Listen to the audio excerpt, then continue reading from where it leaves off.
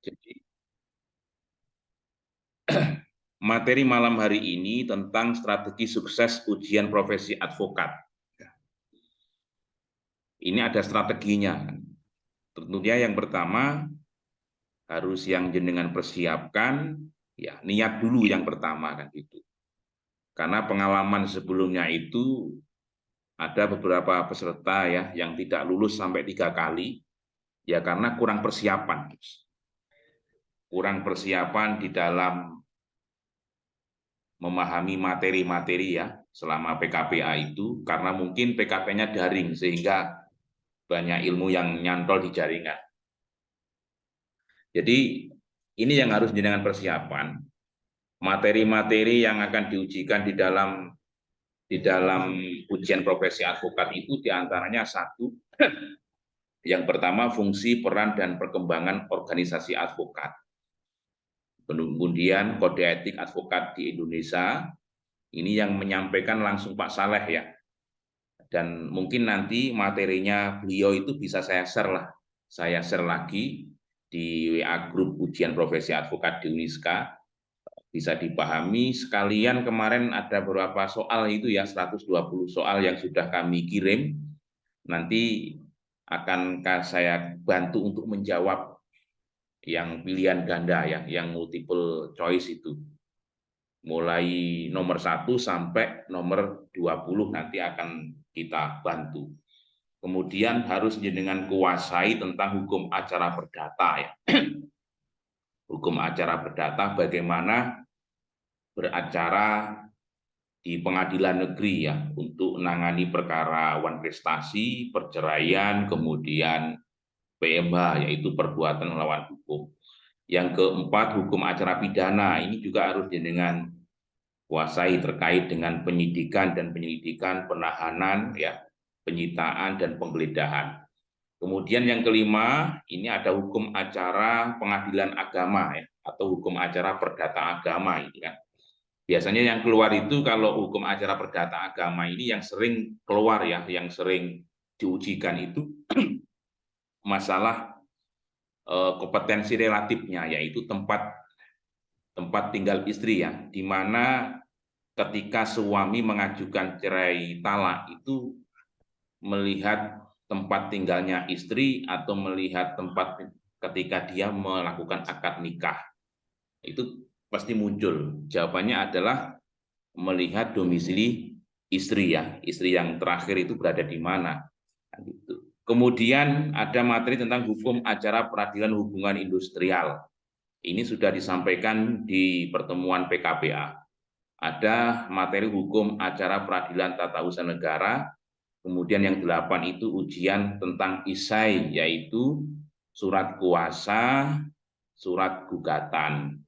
Nah, surat kuasa, surat gugatan itu nanti ada dua ya, ada yang badan hukum, ada yang perorangan. Begitu.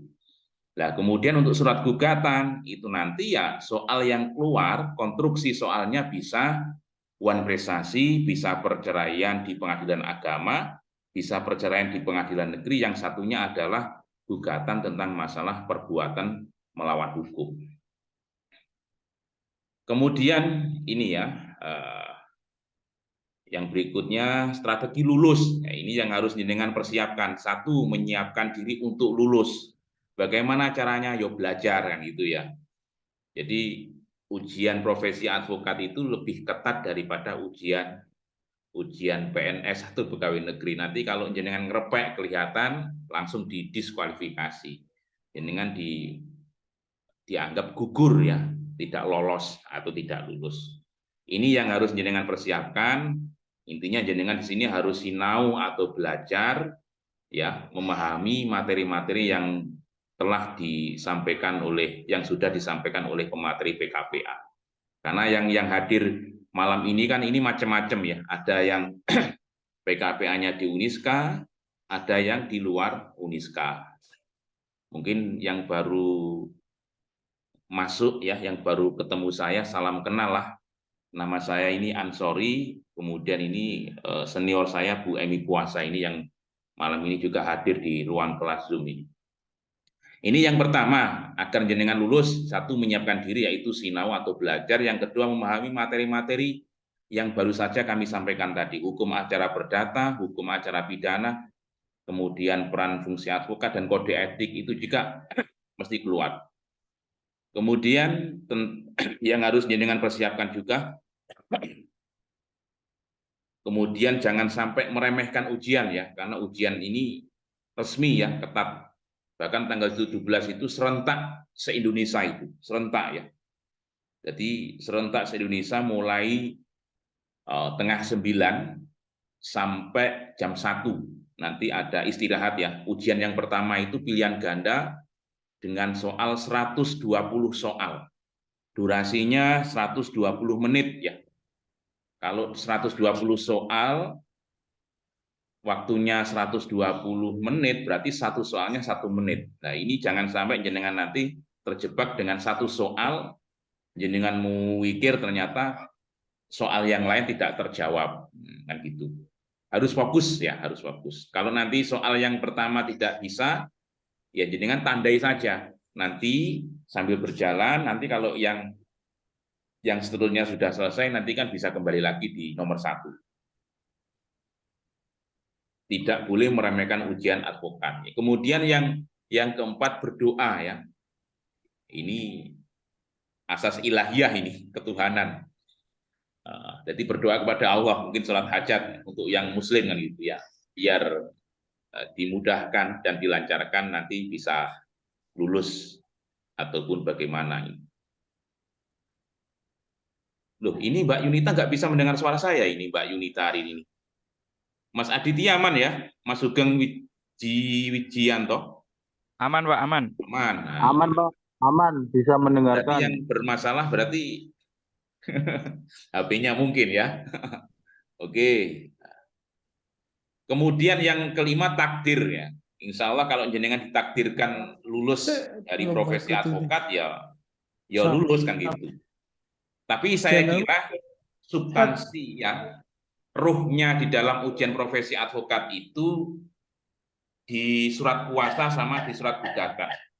Saya kira nanti jenengan kalau untuk pilihan ganda, saya kira mampulah jenengan lah, karena pilihan ganda itu Mas. Ada A, B, C, D kan gitu ya, tinggal milih saja.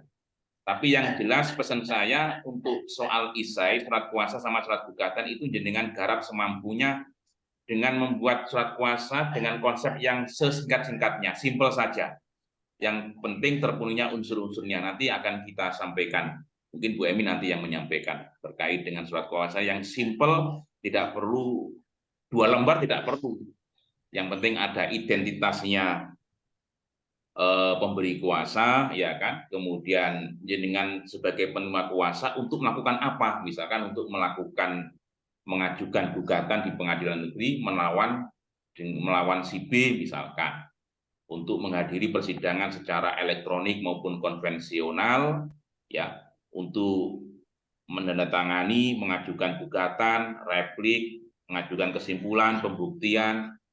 Kemudian jangan lupa di dalam surat kuasa itu kan harus disebutkan kuasa ini diberikan hak substitusi dan hak retensi.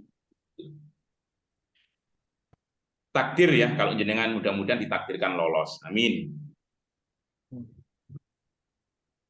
Kemudian kunci lulus UPA ya, ujian profesi advokat. Ini paling penting, ini vital. Yang pertama, mampu membuat surat kuasa. Nanti ada konstruksi soalnya ya. Biasanya soal untuk surat kuasa, surat gugatan, bangku depan dengan belakang ini tidak sama ya Pak Riza. Kemudian surat gugatan juga demikian, ada yang mungkin dapat soal wan prestasi, ada yang dapat soal perceraian, ada yang dapat soal PMH. Mampu membuat surat gugatan, wan prestasi, PMH, perceraian. Nah, ini jenengan harus bisa membedakan ini Mas Pak, Bapak Ibu sekalian, wan prestasi itu apa, PMH itu apa. Saya kira kalau gugatan perceraian sudah familiar ya, sudah paham semua panjenengan. Wan prestasi itu yang jelas di situ ada suatu pertentangan tapi didasarkan atas perjanjian ya. Atas perjanjian, dasarnya perjanjian utang piutang itu wan prestasi. Nanti kalau di dalam soalnya kok si A dan si B melakukan perjanjian ya dengan utang sekian misalkan, berarti soal itu adalah uang prestasi. Yang penting di perihalnya ya, kalau surat gugatan itu kan kalau jenengan sudah meyakini bahwa soal itu uang prestasi, nanti kan kepada Ketua Pengadilan Negeri Kota Kediri misalkan, Jalan Dr. Seharjo di Kediri. Perihalnya berarti perihal wan prestasi. Perihal itu isinya gugatan wan prestasi. Kalau nanti jenengan baca soal langsung paham, berarti perihalnya langsung diisi gugatan PMH. Nah, itu penting. Nah, kalau perceraian berarti gugatan perceraian. Itu perihalnya penting ya.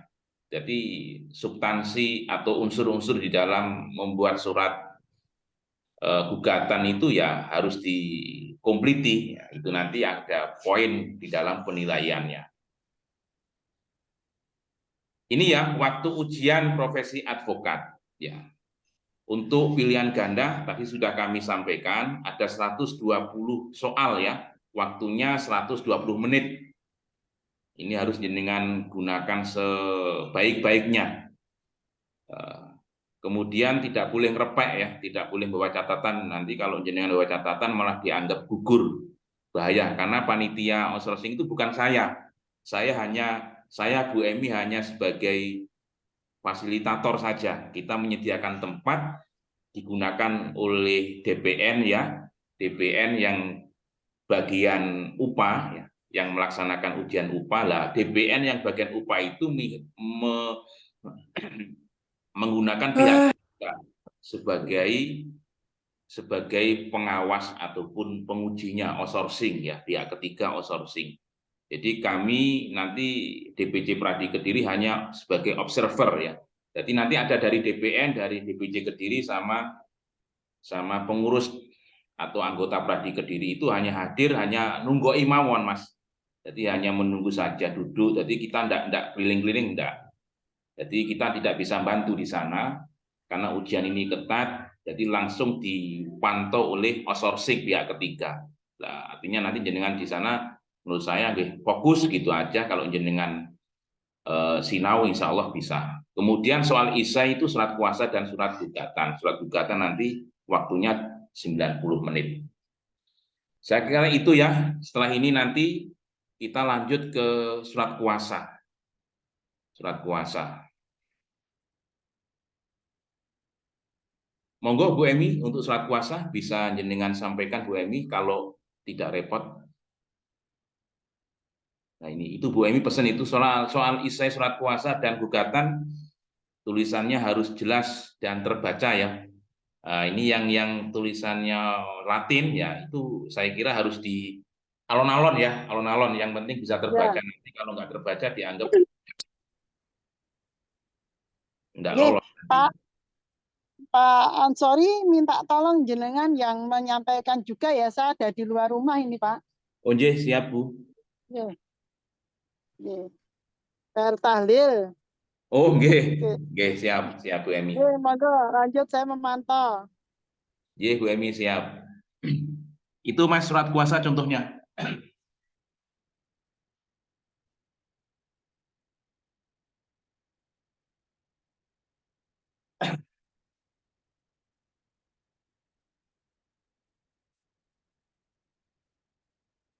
Ini Mas. Oke, saya lanjut ya Mas. Ini surat kuasa.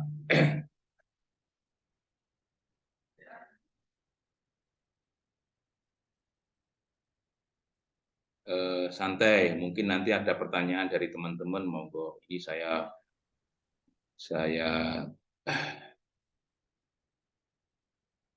video setting.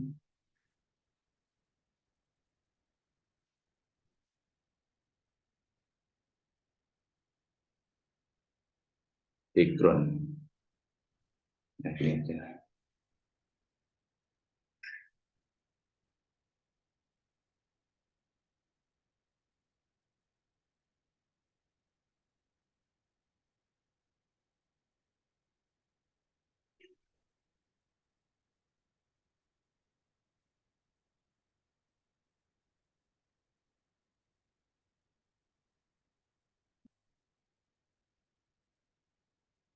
Sudah bisa terlihat ya Mas ya, surat kuasanya ya.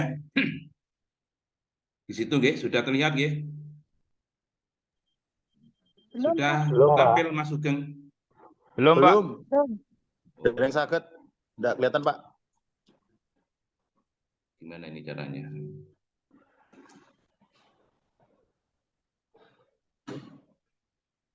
Ah, sudah tampak? Oke. Sudah, Pak. Oke, siap. Clear. Ini